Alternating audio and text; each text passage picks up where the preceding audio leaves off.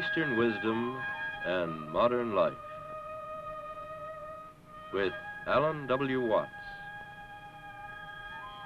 Produced by KQED San Francisco for the Educational Television and Radio Center.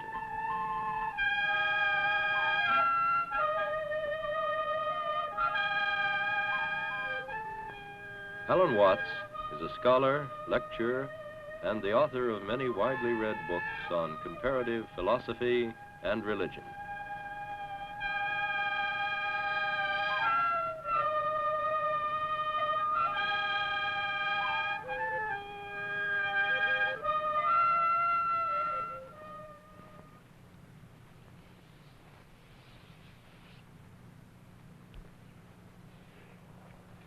That is a way of demonstrating the basic experience which underlies some of the major forms of Oriental philosophy.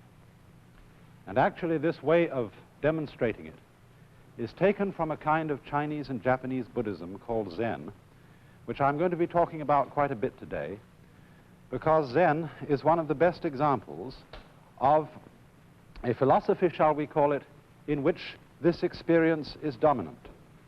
Zen, of course, is a Japanese word, and it's spelled Z-E-N.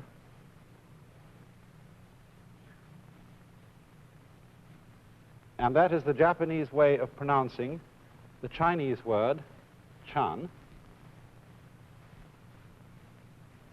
And this, in turn, is the Chinese way of pronouncing an Indian Sanskrit word, dhyana. And dhyana refers to the kind of experience which has been represented in this circle. Another word for it would be a second Sanskrit term, shunya.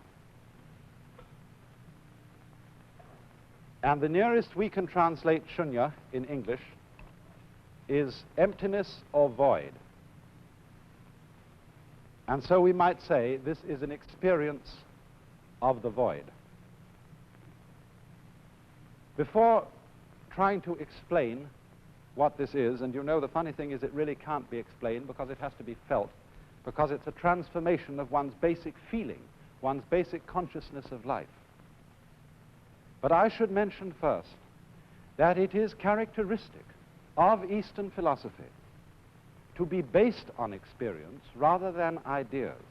You see, philosophy in the Western world, especially as it's taught in our universities and academies, is mainly a matter of thinking. It's a matter of trying to arrive at certain clear, positive ideas about the nature of man, the nature of the universe, and so on and so forth. And also religion in the West is somewhat similar because religion is largely concerned with belief in certain ideas. In these basic forms of Eastern philosophy, on the other hand, such as Zen, which is a kind of Buddhism, or Taoism, the basic native philosophy of China, or in Vedanta, which is the central form of Indian philosophy, what is basic to them is not ideas, but a way of experiencing, a way of feeling.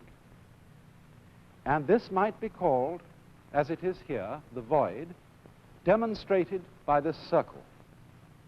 Because it is not a void which is just emptiness. This isn't the idea that there are people in the backward worlds of Asia who think that the universe is ultimately nothing at all. It is rather that the void represents complete spiritual freedom. Or you might say, if you don't like the word spiritual, complete psychological freedom.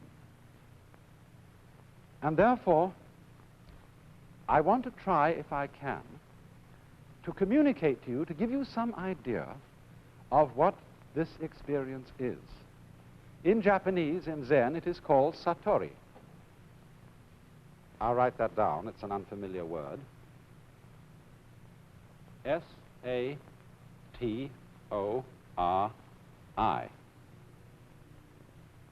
And I like the way that that's pronounced in southern Chinese, they pronounce it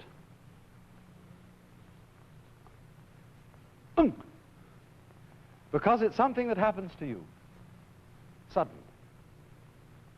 Now let me try, if I can possibly, to put into some sort of words what this experience is. This experience, which so far as they are concerned, is the objective of human life. To get this is to understand the meaning of human nature and destiny. Only because it's a transformation of consciousness, because it's something you feel rather than something you think, it is for this reason difficult to put into words. But it is as if you saw quite suddenly, and indeed this experience could have happened to you. It can come without warning to anybody, and so what I'm going to be saying may strike a familiar ring in some ears.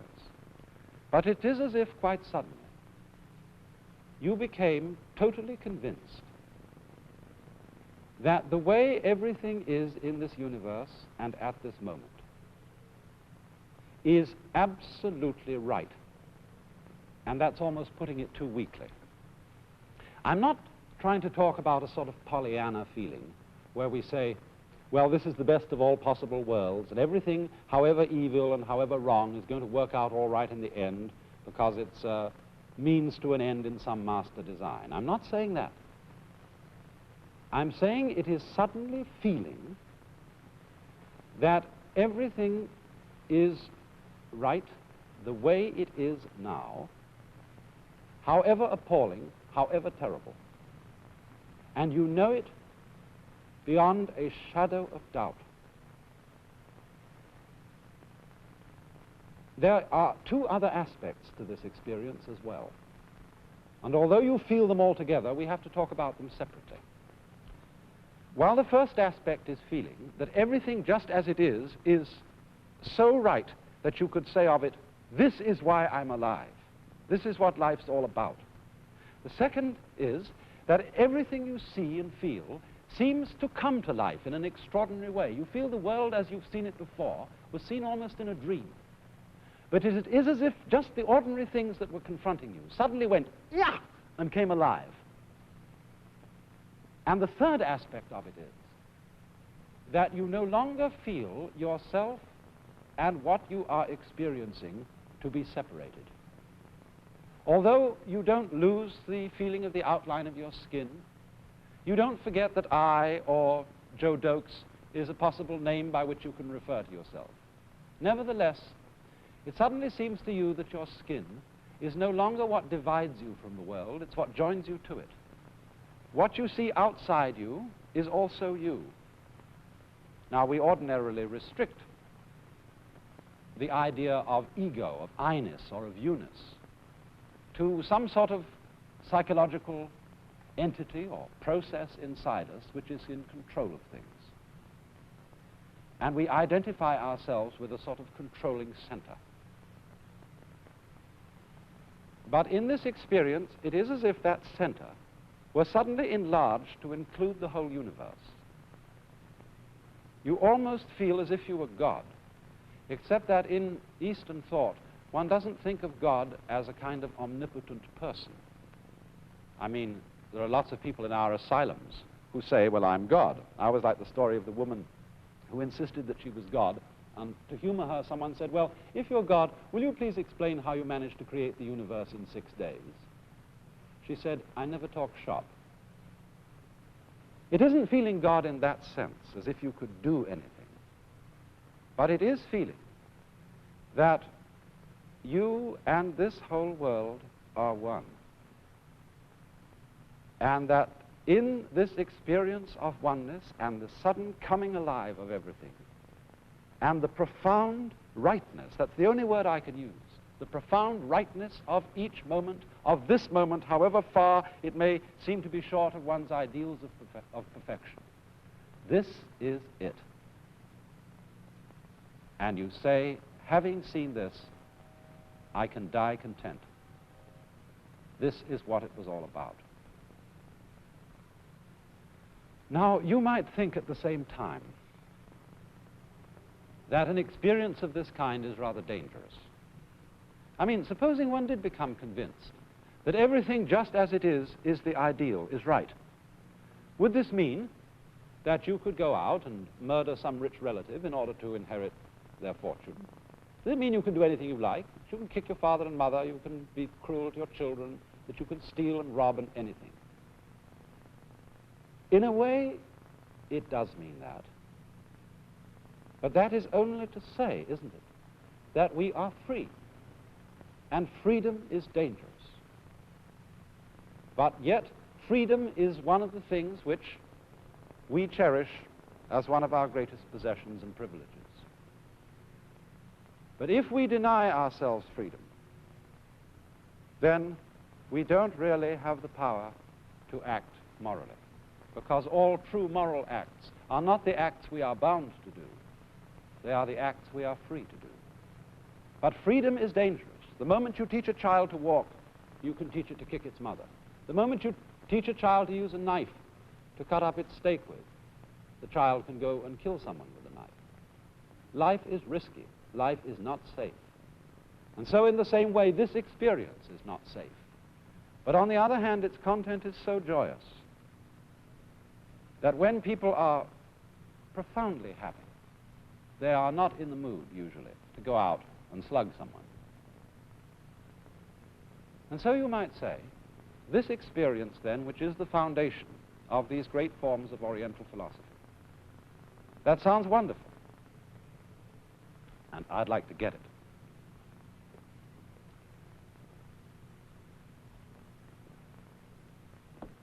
You know, that reminds me of a story.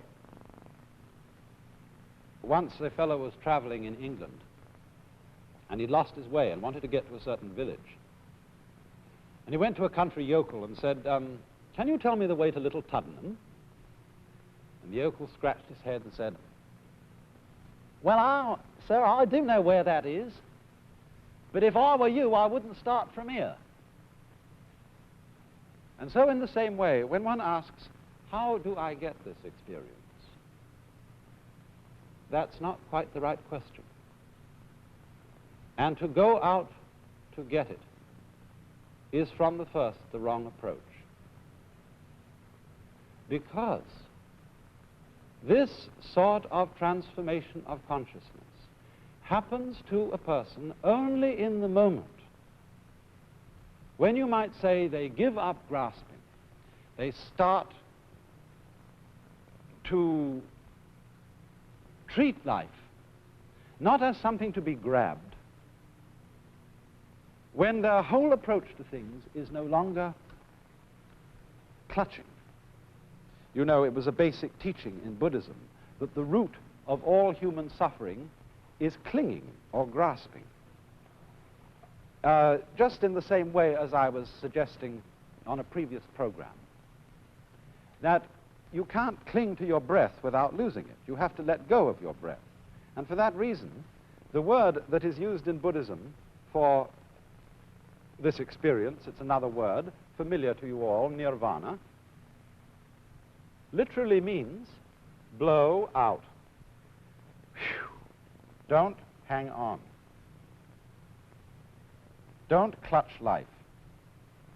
And so one of the great problems is how on earth to get ourselves to give up clutching, to give up clinging. But you see, if that's something you eagerly want to do because you want to get something good out of it, this is still a grasping attitude. Well, you know, in Zen, they have a means of teaching people how to stop clinging. Zen, incidentally, is supposed to have been brought from India to China around somewhere between 400 and 500 AD by a fierce-looking gentleman called Bodhidharma. You can see him in this picture by the Japanese painter Soga Jasuku. He's always drawn as a very fierce fellow with a twinkle in his eye at the same time. And when Bodhidharma came to China, he didn't have very many disciples, but there was one fellow who sought him out, and his name was Eka.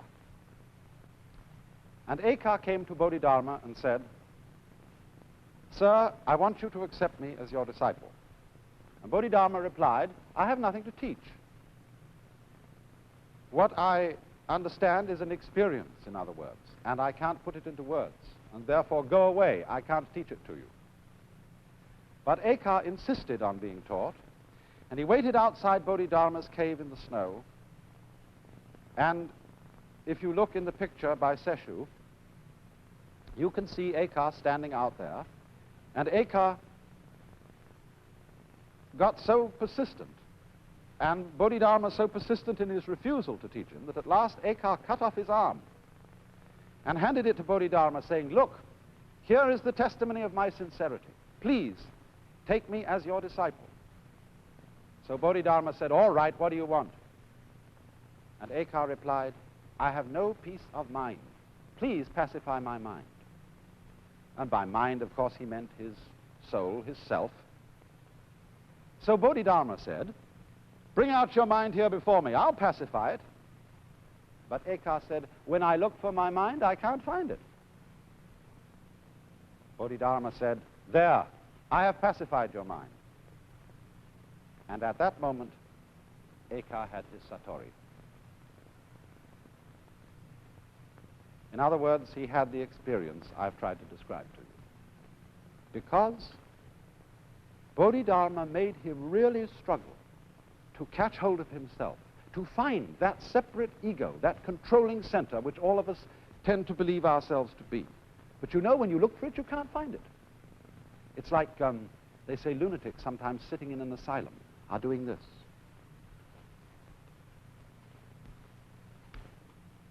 Yes, they sit for hours perhaps in a padded cell doing that, but you can't catch hold of it. You know, perhaps one of the good ways of showing you what this means is through the application of Zen to Japanese fencing. You know, Japanese fencing, or kendo, which means the way of the sword, is done with gruesome swords like this. And the samurai, Japanese feudal soldiery, used to practice Zen to give them courage, and they applied it to the art of fencing. Now, if you go to study with a Japanese fencing master, you will not at first be given a sword and be told how to use it. You'll be made a kind of janitor around the house. And you'll have to do all the little chores, like sweeping the floors, putting away the bedding, washing up the dishes, and so on and so forth. And while you are doing that, the master will get hold of a practice sword. This, you see, is made of bamboo. It's made of about 6 slips of bamboo, loosely tied together, so that if you get hit with it, although it may give you a pretty hard crack, at least you don't get killed. And while the poor boy, who's the apprentice, is doing the household duties, the teacher stalks around with one of these things and unawares gives him a bang on the head. And the boy is expected to defend himself by any means at his disposal. If he's got a saucepan in his hand, use the saucepan. If he's picking up a cushion, use the cushion. And everywhere, always at unknown moments, the teacher sneaks up on him and bangs him on the head. So after a while, the poor fellow is going around, looking this way and looking that, expecting at any moment the teacher to hit him. And he begins in his mind to plan how he can be ready to meet the teacher's assault.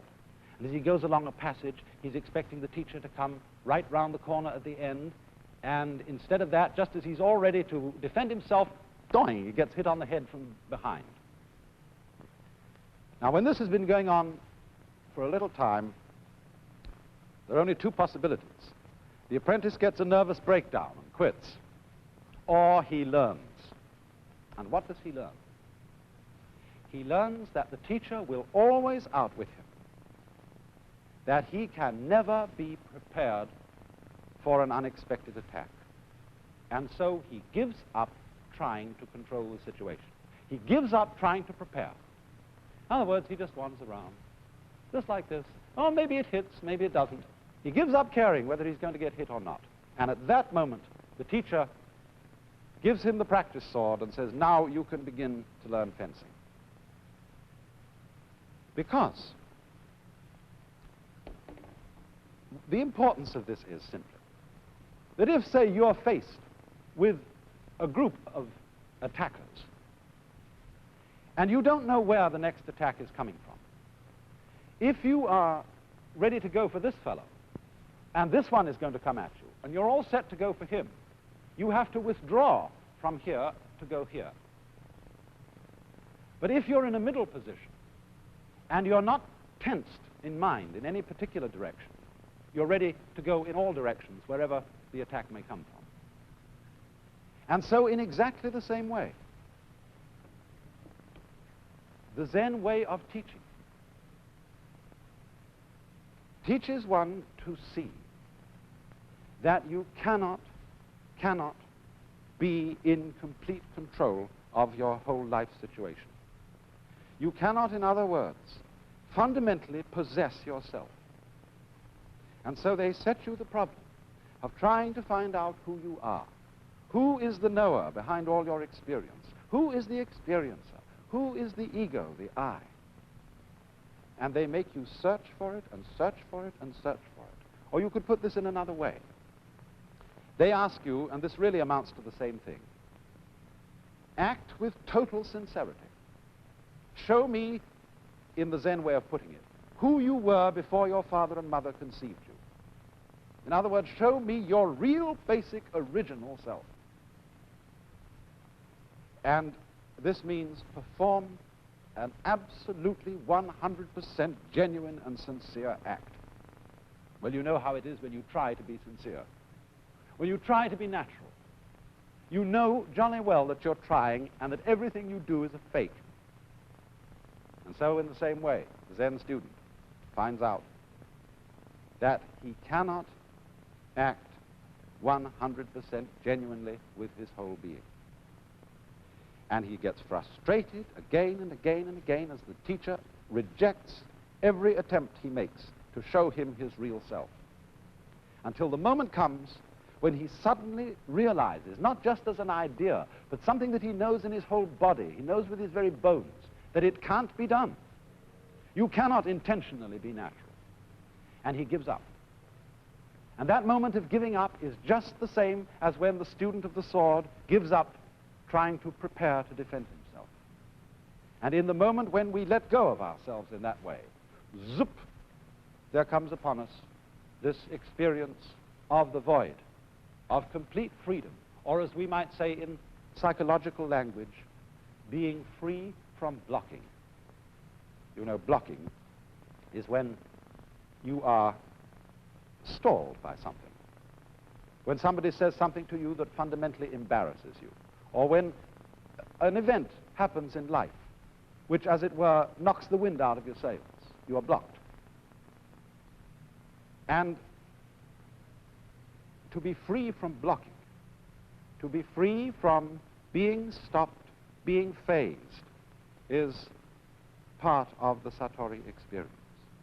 To be able to go straight ahead, as it were, going with the stream of life and not trying to resist the stream.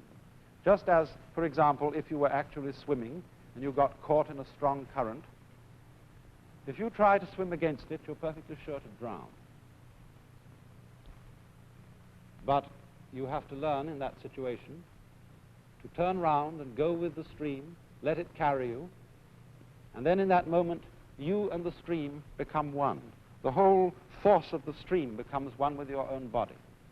And you learn after that how to use the force of the stream, to edge to the side and get out of it in that way. This, of course, is the philosophy of judo, of the gentle way, a philosophy of self-defense in which Zen Buddhism has had a great influence. So then, when the moment of letting go comes, when we see that every moment of life is now it. In other words, the object of life is no longer seen as something to grasp after in the future. Every moment is it now. Every moment, even the most trivial, answers the question, what is life for? And so you see, the experience at the basis of Zen and at the basis of other types of Oriental philosophy can be demonstrated by ordinary everyday life.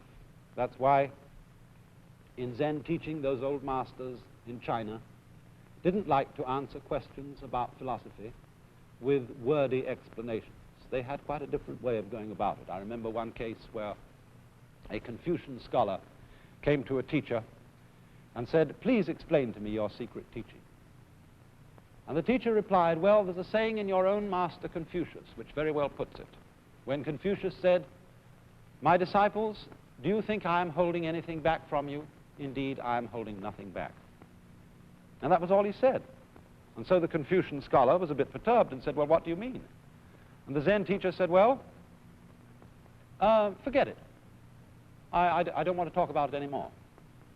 Well, a few days later, they were walking together in the mountains, and they happened to pass a bush of wild laurel.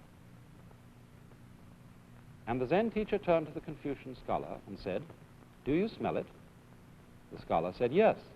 "You see," said the teacher, "I'm keeping nothing back from you." And it said that at that moment, the scholar was awakened. So this is the characteristic approach of Zen, to answer questions about abstract, vast matters of philosophy with absolutely concrete, momentary events. Because it is these concrete, momentary events that are the answer. If they are experienced with a mind that is no longer clinging to life and clinging to itself, as I said, the trivial, the ordinary, the momentary suddenly comes zoop to life. And this, you see, this thing that we are living now is the answer. And so Zen teachers have said very strange things when asked philosophical questions. One of them said, "The cypress tree in the yard." Another said, 3 pounds of flax. Another said, "It's windy again this morning." Sometimes they don't say anything. There's a famous story of a Chinese general, I think he was, who came to one of the old masters and said to him, "What is the way?" And in answer, the master